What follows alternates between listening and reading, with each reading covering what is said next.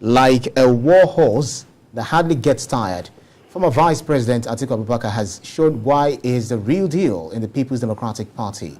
Atiku has emerged as the presidential candidate of the PDP for the 2023 elections after winning the party's primary election at the MKO Abiola Stadium in Abuja on Saturday. According to the result announced, Atiku polled 371 votes to defeat his closest rival, Governor Wike of Rivers State, who scored 237 votes, while a former president of the Senate and two-term governor of Kwara State, Abubakar Saraki, came third with 70 votes. During the time of the campaign, you saw all of that aspirants moving from one state to the other, making consultations. You saw different advertisements being placed in the media. But former Vice President Atiku Abubakar did not do all of those.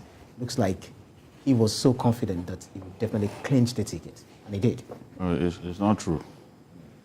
It's not true. He was traveling.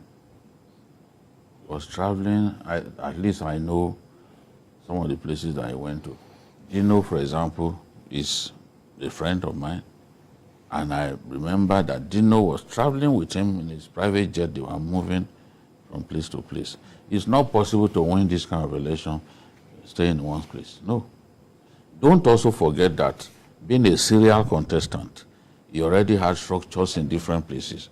All he needed to do was just activate those structures and they will be working for him. But it's not even true that he was not moving around. He moved around.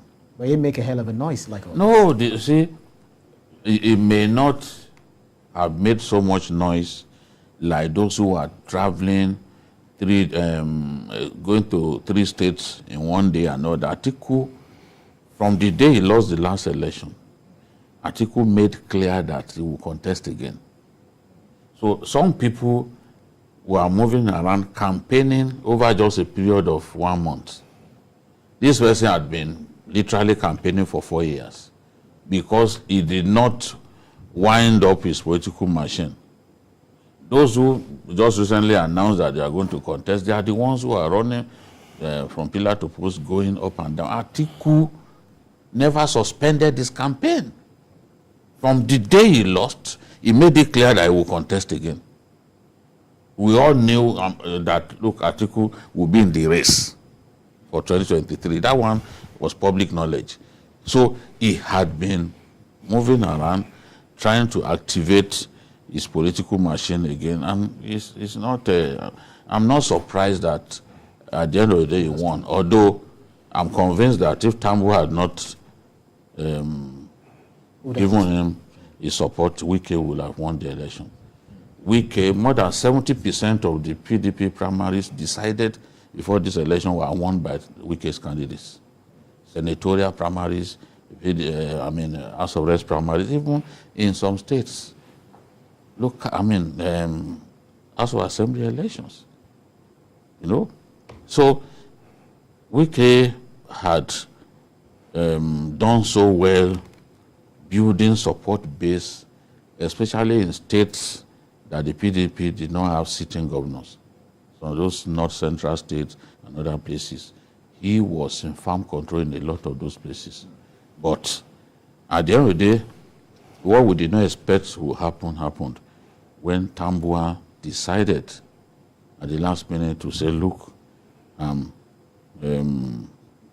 pulling out and directing my delegates to support Vice President. the Vice President. Let me explain why I said if he had not pulled out, Wike would probably have won. In Sokoto, 26 delegates, because they have 26 local government, 23 in Kebbi, 14 in Zamfara. That's 63 no. Apart from the support that he had in some other states like Katsina, like Kaduna. In fact, he will have dominated majority of the 7 states of the North Central. Because it will come from North Central, so that's this area of strength. Even when he did well the last time, that was the area of strength. He came second to Atiku in the last presidential primaries of the party. So someone so highly rated like that, by pulling out at the last minute, not less than 100 votes. He conceded not less than 100 votes by that action for Atiku. Because by the time you pull the 63 votes from those 3 states alone, and we still have Jigawa, we still have Kaduna, we still have Katsina, which constituted this area of strength. Being an incumbent governor. And an incumbent governor, yeah. You know, those are the areas where he had been working. In Kano, you have 44 local governments. That is an advantage in itself. In Katsina, to more than 30 local governments, an advantage. And they don't have sitting APC governors in those places. So for him being, sitting PDP governors in those places, for him being a sitting PDP governor, those areas were waters in which he could fish from. And at the end of the day, by conceding his delegates to Atiku, he strengthened Atiku's capacity to win. And that's what happened. So it's like placing the interest of the party ahead of friendship. When Fire got some markets in Sokoto, Wike donated 200 million to the people. Wike supported him with everything that he's got. But on this occasion, he felt that Wike would not be the best for the party, and he decided to support someone else. Well, Mayor, do you think the governor of Sokoto State actually placed the interest of the party above the interest of, what BK said? Or could it be that it's a blood, when it comes to the northern blood, that affinity is what actually played out, that they will always support one of their own as against anybody from another region? I think Tambuwal is a politician. Tambuwal is a very selfish politician. He's a politician who looks at his own interests at every point in time. And I will explain why. In the last election, the last primaries 4 years ago, Wike was a very powerful person in the party. And Wike was all out supporting him. And he almost got it. In fact, what made Atiku to win 4 years ago was because the military class met and decided that Atiku Abubakar will serve their interests better.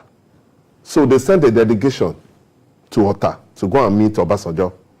And they informed Obasanjo to say, look, we know that you have issues with this man, but this is the man that we think can run this election. This is the man we are supporting. And Obasanjo, as the head boy of the military class, that whatever differences they had with Atiku, he should just forgive him. And Obasanjo agreed. And from Ota, they went to Port Harcourt and changed the dynamics of what happened. Before then, Atiku was running behind Tambuwal. The same Wike, who, like he said, supported you when the fire got on the market there, the same Wike now is on the ballot. And Tambuwal didn't blink twice to say, look, my supporters should go to Atiku, which was the deciding factor. Because, yes, he has sizable amount. In fact, there are a lot of support that was supposed to come for Wike in Kano. Because of his own decision, some of them changed their mind and tried to go another way. Looking at Wike, before the party primary, someone has actually referred to him. I think Dino Mela, he said, PDP has now become Wike People's Party, saying because of the power Wike is holding in the party. One thing you have to give to Wike is that he has succeeded in turning himself into a major stakeholder in PDP. You have to give him up. For him to be able to perform this well is commendable, because he's not, most of it, he was able to penetrate a lot of states in the north. You understand? Yes. So you have to give it to him that he did very well. He did very well. But Tambuwal, for whatever reason, believed that the interest of the party will be better served with Atiku than Wike. Fine. Right. BKO, well, North is showing superiority when it comes to politics this time around again. This is not about North and South. Frankly, this is not about North and South. Wike, yes, he's financed the PDP so much. That's where he draws his strength from, nothing else. In terms of his brash nature, his very undiplomatic attitude, if Wike should win this, if he had won this primary election, even with eyes closed, the candidate of PDP will win. And they knew it. Those who understand politics very well, the candidate of APC, the candidate of APC will win. You know?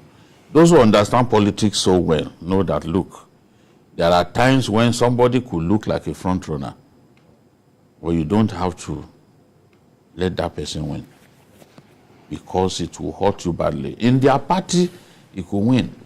But to contest for national election, this kind of person, and they knew that they needed something better than that. And they are not fools. They are not fools. At the end of the day, if he won, how do you sell him to the rest of the country? You go to the north, for example, you want the average northern grassroots person or masses to vote for this person, and they can see how he behaves and all that. I mean, for someone who wants to be president of a country, you can't continue to demonstrate on presidential behavior in public. That demarcates you effectively. So, and they knew that with the war chest that he's got, it's not his ability to talk to people, to campaign to people that matters. Of all the people that addressed the people there, his speech was the worst. He had nothing to say. His strength is, yes, there's so much money that can give people and all that. That's why it draws his strength. Are you not looking at it from this angle? Did you listen to his speech? No. Did you hear him say what he was going to do? Yeah, his speech was the worst. Yeah, and you keep fighting everybody in the party. You fight this governor, you fight that one. Even the same Atiku, you fought Atiku before the election in Edo. So they needed somebody better than that. Whether we like it or not, Atiku being the candidate of the APC, of the PDP, has made winning the election more difficult for the APC. What do you mean?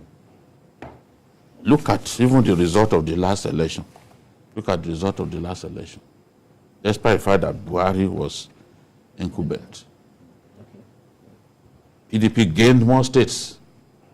PDP did well in the election, in the final analysis. Atiku on the ballot. Yes. So if you are now at Buhari without his usual 12 million votes, it's not going to be on the ballot. Tell me anyone from northern Nigeria today, that is in the APC, has a standing who is stronger than Atiku. Just tell me one person. Well, looking at but my own problem is that where is the fairness and justice that we clamor for in politics?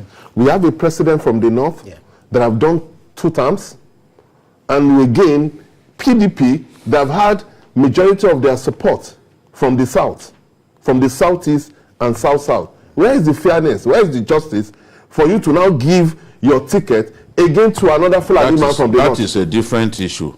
On the day when we want to talk about zoning, if you bring the argument game, we are talking about what transpired at their presidential. Yes, I agree. But what I'm saying is that both the APC that you are talking about. The APC will also go to the north. Both the APC. So even if you must criticize people, you should criticize the APC more. No, we are going to do that. We are not discussing this. No, but you are the one talking about zoning. On this day, we are talking about. I'm talking about justice and fairness that. Invariably, you are saying that it should have been zoned to the south. Right. Yes, it should have been. Even if that was not the word that came from your mouth. This thing is a contest for the best from the party. Everyone was saying, even when we were arguing, I said, if Wike looks like winning, but if he wins, it will be easier. Any dissenting person knows that Atiku will